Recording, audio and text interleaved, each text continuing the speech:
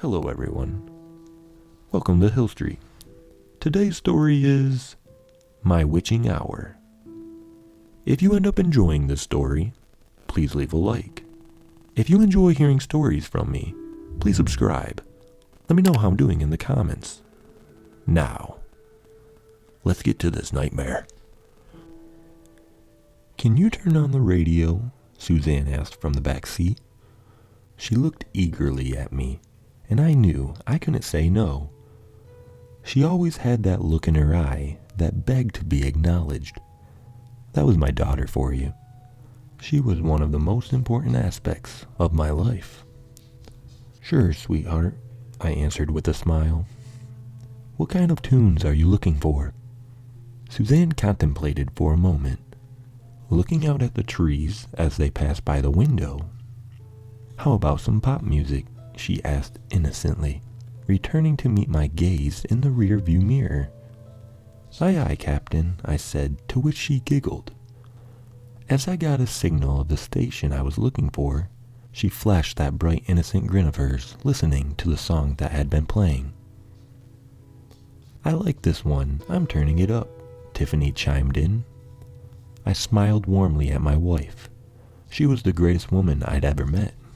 And if you told me 10 years ago that we'd be husband and wife, I would have laughed in your face. It had always seemed like she was way out of my league.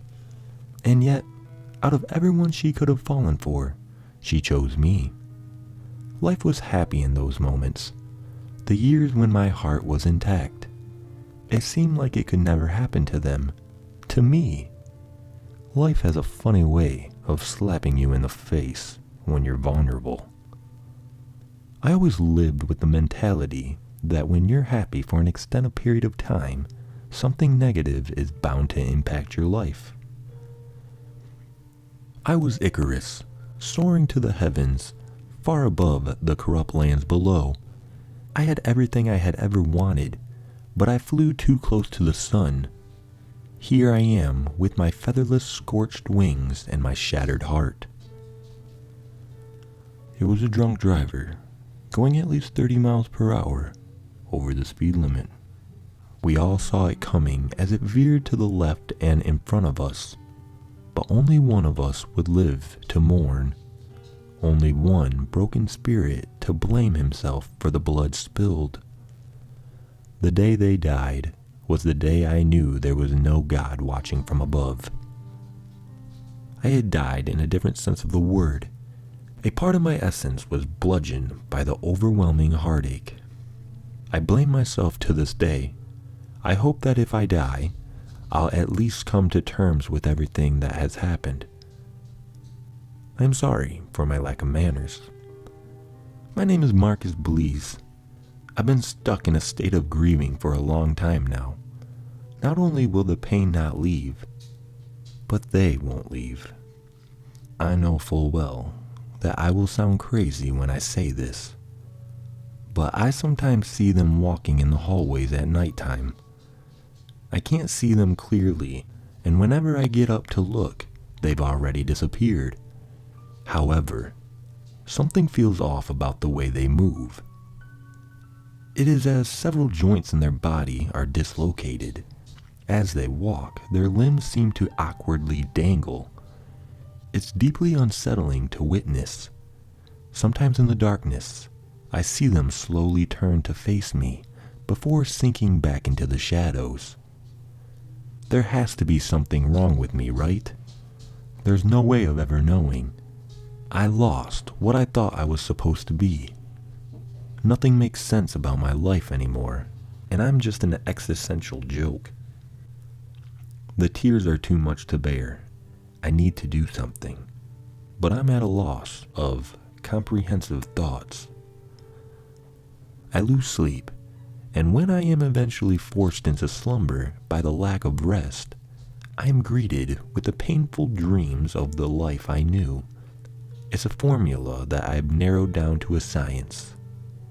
Honey, is everything okay? I asked Suzanne. She was crying all alone in her room, pitifully whimpering. I had gone in to offer comfort when I noticed how pale her skin had become. "The pain won't end, Daddy," she said through sobs. "It never ends. Why, Daddy?" "I don't understand, baby girl," I said gently. She wasn't acting like herself at all. What's wrong? To my horror, her eyes turned red as blood leaked from her tear ducts. She stared into my soul and uttered words that haunt me just thinking about them. "You let us die." I always wake up drenched in sweat. The dreams reoccur nightly. It's never just Suzanne either. Christ, if that was the case, it would have been just a bit more bearable. Tiffany and I were snuggling underneath the numerous blankets in our bedroom. We locked eyes after a while of cuddling. I thought we would kiss at that moment, but she whispered into my ear instead. "We burn in hell while you still have a roof over your head. You let us perish." Suddenly, the middle of the bed disappeared, and we fell into the pits of hell. It was so fierce, it scorched my skin and burned the meat of my body to a crisp. But then, I would suddenly wake up, alone in bed, and perfectly healthy, no burns and no scars, other than the obvious mental scars. I tried ignoring the ghastly nightmares and shadowy figures. Everything subsequently became worse. No longer were they just a visual anomaly. I could hear them, not clearly, but just enough so that I could hear that someone or something was there. I couldn't continue living like this. I had to try something, anything. So I began talking to a therapist. Her name was Dr. Gwen Lindsay. We spoke weekly about the visions and the things I was hearing. I found that it helped only a little bit, but I'd take anything over living another day with my face forever sodden with tears. I can't accurately describe how good it felt to talk to another human being, especially due to the constant darkness that now resides in my home. It is not a shadow that you can hide from by turning the lights on. It's a certain feeling that tightens the atmosphere. It fills you with a sense of existential dread and a deep sorrow that can't be cured. But did I honestly expect her to believe me? Hell no, of course not. I feel like I'm off my rocker by just saying these things. I'd be more sane telling someone that I saw a cat flying. Needless to say, in the end, therapy didn't change much. I was eventually prescribed medication to help with my hallucinations. They only made it worse. It was as if the effect of the medicine mutated the malice of my demons and only pissed them off more. They swarmed me in my dreams, my dead family, leading the charge in a battle to end my life. There was no light anymore. It was cold on the outside, but inside this frail form of mine, my soul was burning, screaming into eternity with nothing to spare its torturous existence. There was fog all around me, thick and heavy like the deepest water the planet knew. The sky was on fire with the chorus of screaming angels. I watched as unnatural beasts walked my way and stared straight through me.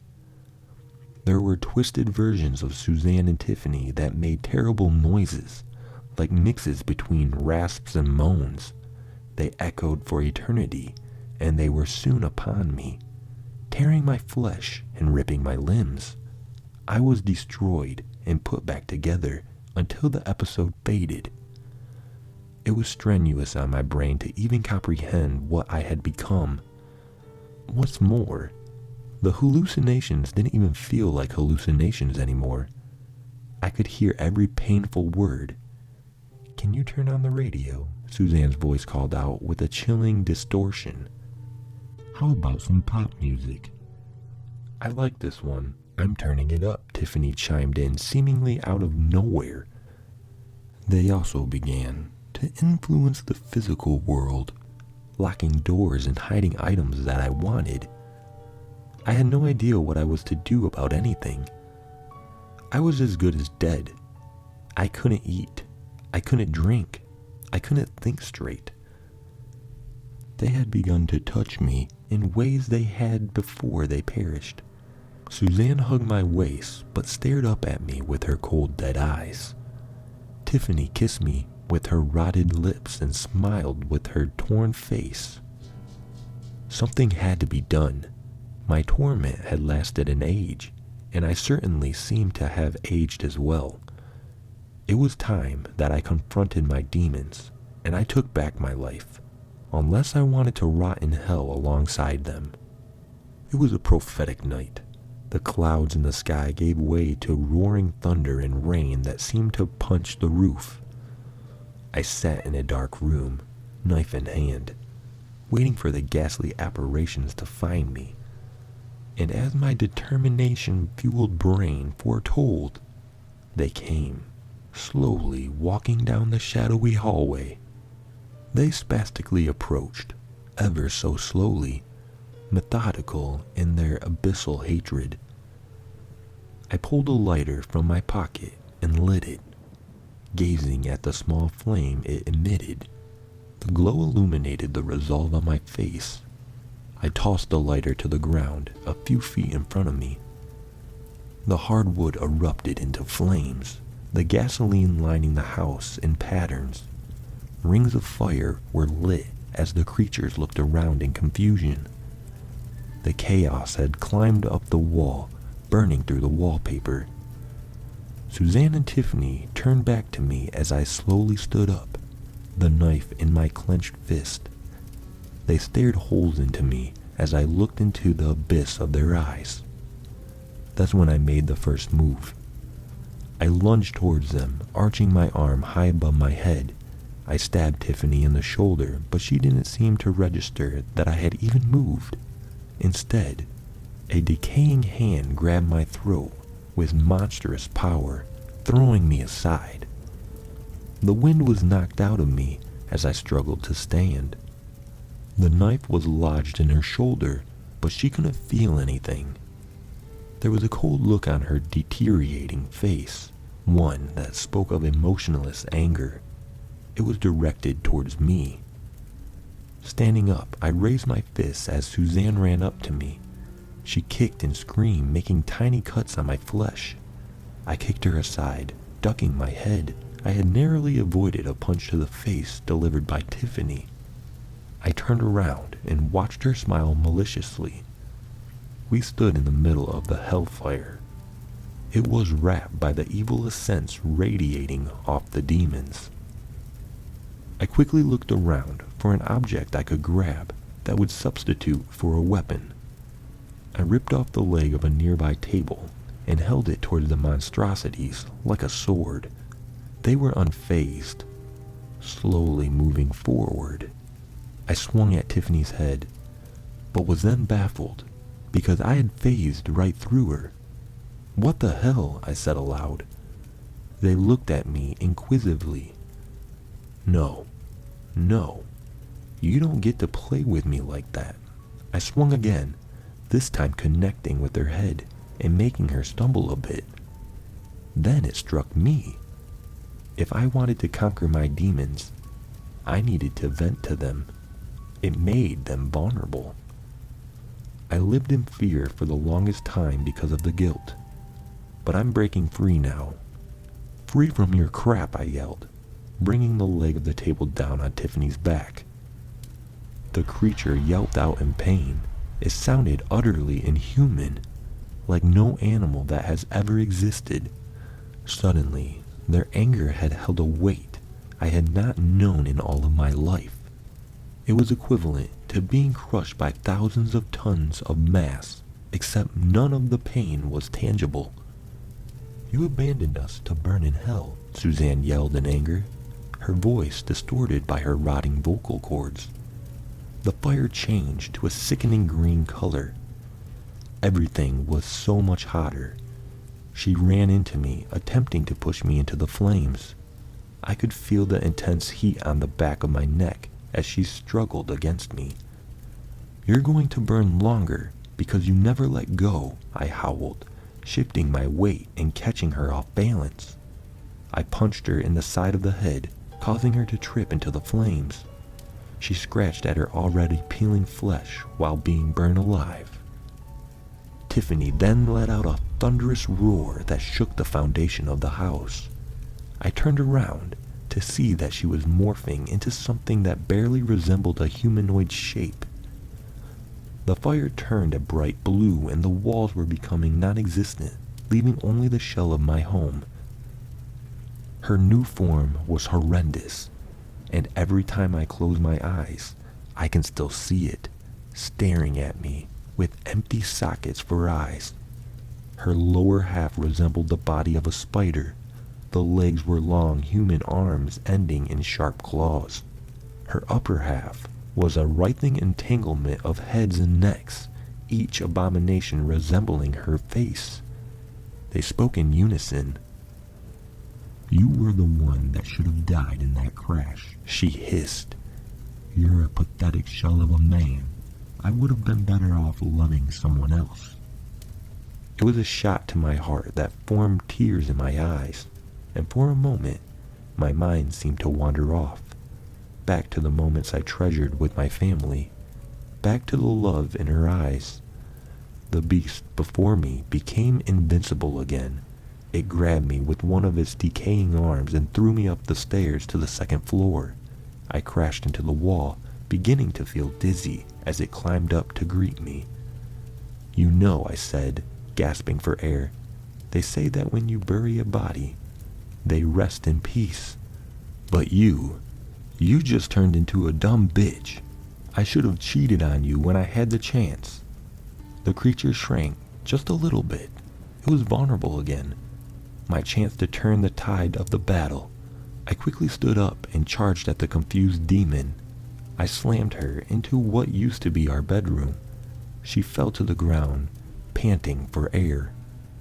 "You wouldn't have had a chance with any other woman, and you know it," she growled in frustration. I kept walking forward, not caring about her attempt to silence me.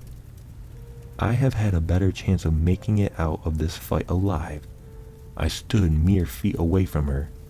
"If you're so damn powerful, show me what you got," I screamed. She delivered a massive right hand to my face. I stumbled back, trying to regain my balance. "What are you gonna do when you find a new lover, huh? Kill them in a car crash? Abandon them like you abandoned us?" she asked aggressively. I then felt a kick to the stomach, dropping me to my knees. "Once a liar, always a liar." She then looked up at the attic door. One of her long arms tore it off and tossed it down the stairs. Her hands clung to the ceiling and violently pulled me up to the attic. I rolled over slightly, trying to get my bearings. I needed to think of something that would have absolutely shattered her heart. She stood over me, a veil of disdain covering her face. "It's honestly pitiful," she said flatly. "I was your only true love in this world, and you still failed. I gave everything for you, but you didn't have the balls to give anything back." By then, the fire had reached the second floor. There was no escape, until I noticed a window on the other side of the room. "You want to know what I find pitiful?" I asked, laughing through the pain. "How you screwed so many guys, yet you put a ring on a loser. That's pitiful." Her arms retreated just a bit. I stood up, despite the pain shooting through my body. I knew from day one of our relationship that you would turn into a fake piece of... I was interrupted by a punch to the side of my head from Tiffany. Walking back slightly, I leaned against the wall in an effort to stay up. I didn't know how much more I could take. My blood was pumping fiercely, and my heart pounded in my ears. The fire was beginning to reach the attic, and I had noticed that at any moment the house could completely collapse. I painstakingly hobbled over to the demon that had plagued my nightmares, ready to end this holy war. I delivered a kick to her stomach, which sent her reeling back towards the window. She threw a punch, but I caught her hand mid-motion and punched with the other hand. In one quick motion, she slammed my head through the window. There were cuts on my face as she tried to push me out of the window. "I will end you," she growled. "End your sad excuse of an existence and snuff out the flame of what was. You will be gone by the time I'm done with you, Marcus." I let my hands go and smiled at her. It was the kind of smile one would wear when they know something that the other one doesn't. The flames were eating the floorboards, and I could hear the cracking of wood. My family home was slowly collapsing. I hope the demons in the pit of hell like barbecue, because I'll see you there soon. It will taste better than anything you've ever cooked. Catching her by surprise, I pushed her away and allowed myself to fall from the window.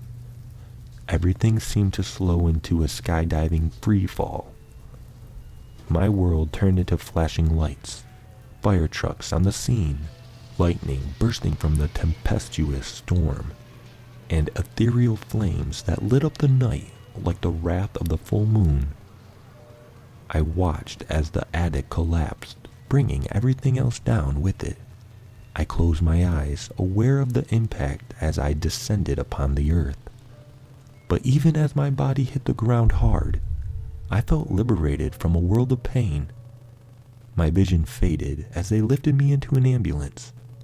I never cared about the physical agony that followed. I just let everything play out before my eyes. I won the battle. I burned everything that was left of my life. I slipped in and out of consciousness, taking in the spiritual euphoria. We left that hellhole in ruins.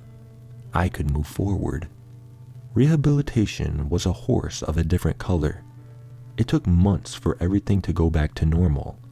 I bought an apartment, and I had been living in it ever since I was able to leave the hospital. I had finally begun to forget about everything, until last night. I had a dream that brought me to tears and compelled me to write this. I was in the middle of an overwhelming light, an abyss that was lit from every corner of existence. Suzanne and Tiffany stood before me. They were happy, peaceful by every definition of the word. Their skin was smooth, and they smiled at me. They wore stainless white gowns that almost blended in with the veil around us. And they spoke to me with words that sounded fresh, but felt like they had been waiting to come for thousands of years. Thank you. The end. That was my witching hour. If you ended up enjoying this story, please leave a like. I hope you all have had a great day, and have a good night.